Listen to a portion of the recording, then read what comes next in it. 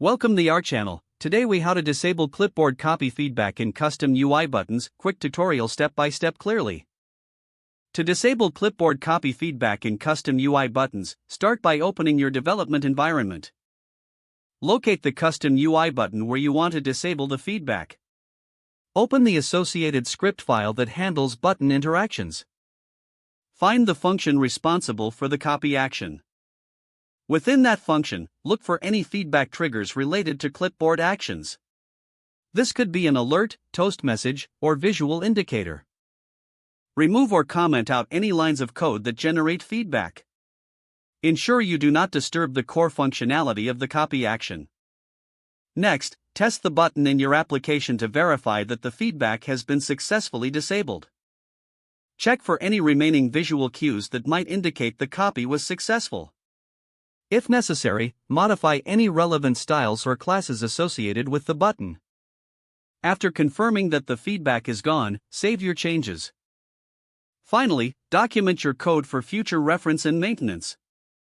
Your custom UI button should now operate without any clipboard copy feedback. If the page does not load, refresh the browser or try again in a private or incognito window. Make sure you are using the correct email address, then retype it carefully to avoid small typos. If your password is not accepted, use the reset option and create a new strong password you can remember. Check your spam folder for verification or security emails, then complete any requested confirmation steps. Enable two-factor authentication if available to improve account security and reduce unauthorized access risk. After signing in, review your profile details so your contact information and settings are accurate and current. If you see an error message, note it down and try again after restarting your device and internet connection.